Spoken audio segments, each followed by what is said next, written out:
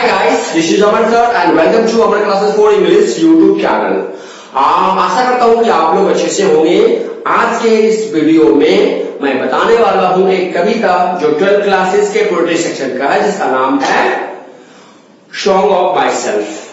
ठीक है, तो सॉन्ग ऑफ माई सेल्फ की कविता को पढ़ने से पहले हम इसके एक कवि के बारे में जान लेते हैं, जिनका नाम है वाल्ट व्हिटमैन। तो चलिए शुरू करते हैं। वाल्ट व्हिटमैन का जन्म 1819 ईस्वी में अमेरिका में हुआ था और उनकी मृत्यु 1892 ईस्वी में ही हो गई थी। ठीक है, उनके पिताजी एक लकड़ी का काम करते थे, पेशे से कारपेंटर थे। तो इन्होंने 12 साल तक, मतलब जन्म से 12 साल तक की उम्र तक इन्होंने अपने पिता के साथ कारपेंटर का काम किया, लकड़ी का काम किया।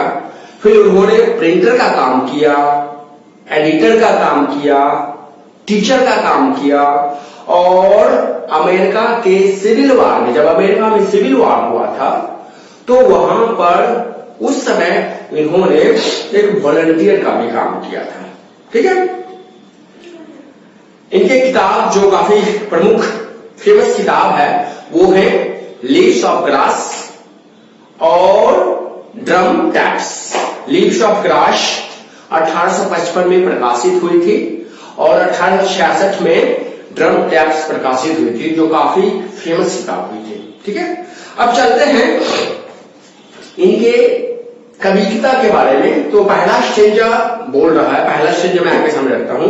पहला स्टेंजा में है I celebrate myself and sing myself and what I assume you shall assume for every atom belonging to me as good belongs to you. तो यहाँ पर ये जो पहला स्टेंजा है, यहाँ पे कवि बोल रहे हैं लोगों से अपने बारे में, अपनी लाइफ के बारे में। वो कहते हैं कि आई सेलिब्रेट, मैं मनाता हूं, एंड सिंग माई सेल्फ, और मैं खुद में गाता हूं। कवि लोगों से बोल रहे हैं कि मैं खुद में मनाता हूं, खुद में गाता हूं।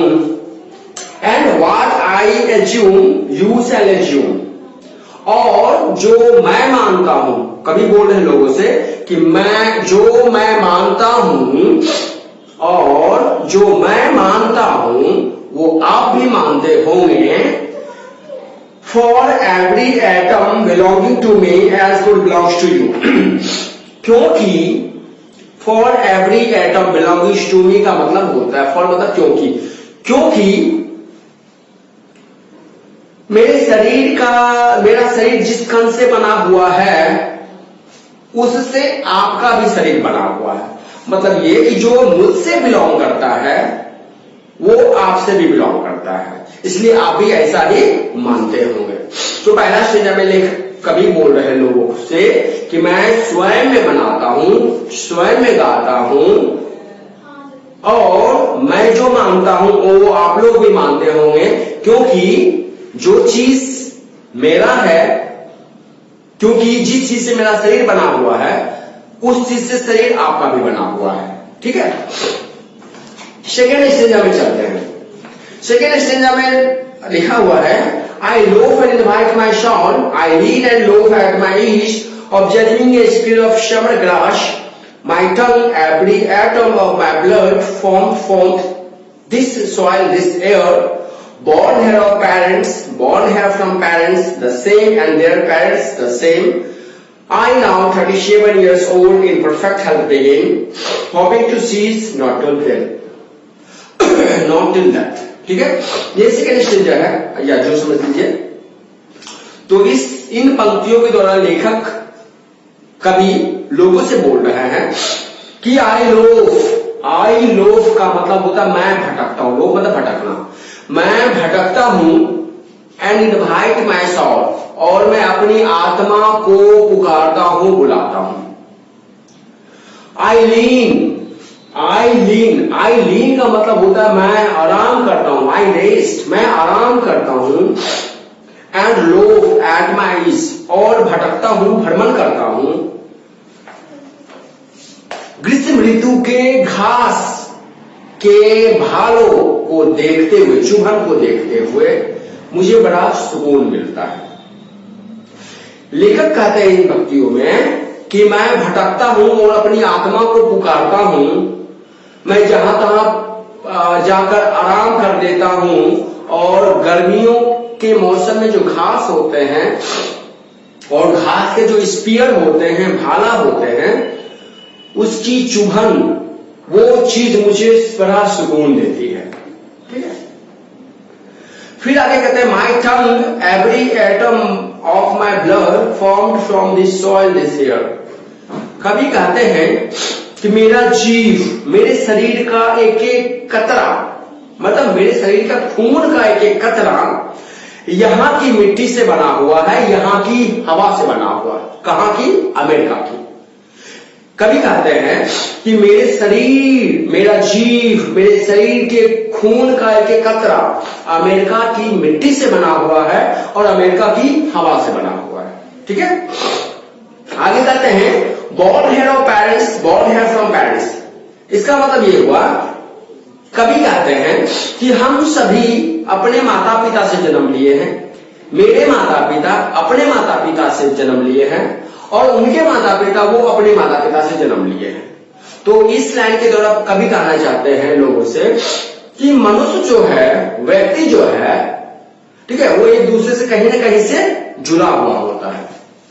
वो कहते हैं कि हम लोग के पूर्वज भी अमेरिका में ही जन्म लिए, ठीक है, और अमेरिका में ही मर गए।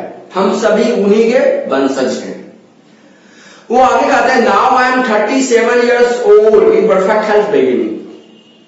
कहते हैं कि अब मैं 37 साल का हो गया हूं, 37 years का हो गया हूं और मेरा अच्छा स्वास्थ्य, ये खुशी वाला स्वास्थ्य, ठीक है, अब शुरू होता है और मैं ऐसा तब तक रहूंगा जब तक कि मैं मृत्यु को प्राप्त न कर लूं। कहते हैं ना कि now I am 37 years old in perfect health begin hoping to cease not to till death. इसका मतलब ये हुआ कि मैं अब 37 साल का हो गया हूं और ऐसा ही मैं रहूंगा जब तक कि मैं मृत्यु को प्राप्त ना करूं।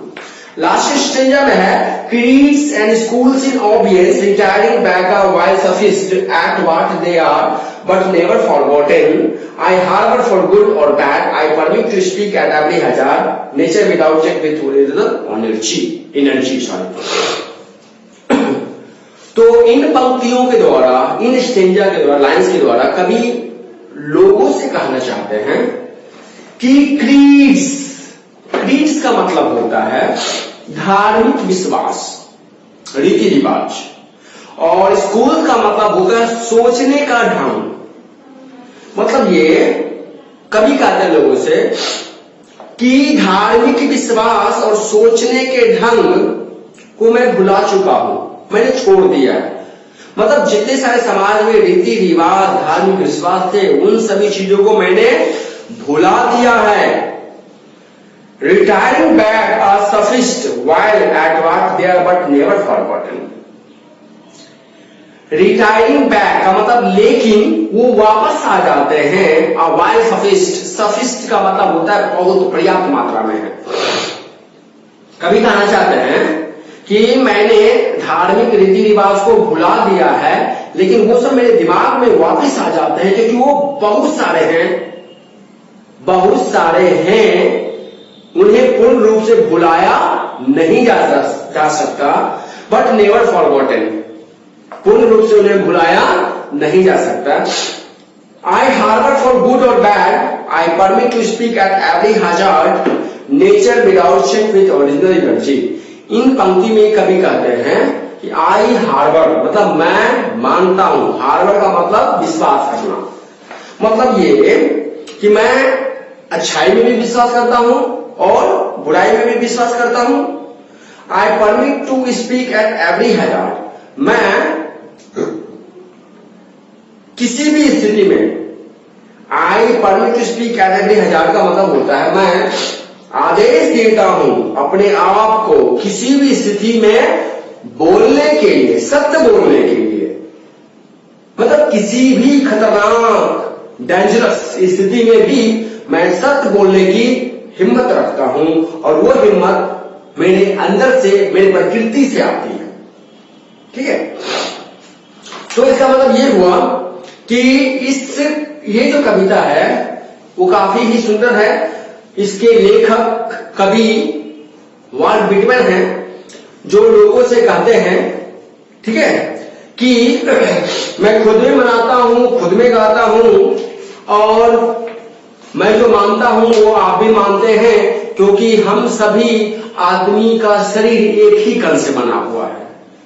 फिर वो कहते हैं मैं जहां तहां जाकर भटकता हूं, अपनी आत्मा को पुकारता हूं और गर्मियों के मौसम में वो घास का जो चुभन होता है वो मुझे बड़ा सुकून देता है।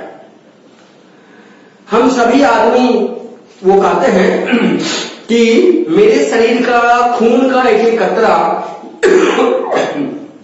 अमेरिका की मिट्टी और अमेरिका की हवा से बना हुआ है।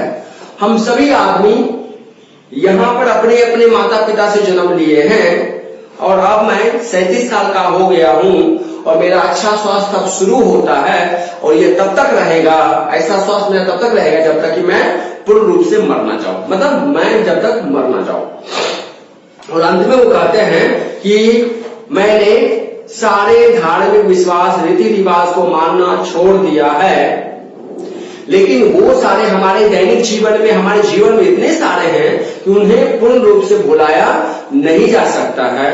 वो कहते हैं कि मैं अच्छाई में भी विश्वास करता हूं और बुराई में भी विश्वास करता हूं और किसी भी स्थिति में मैं सत्य बोलने की हिम्मत रखता हूं। Okay, thank you.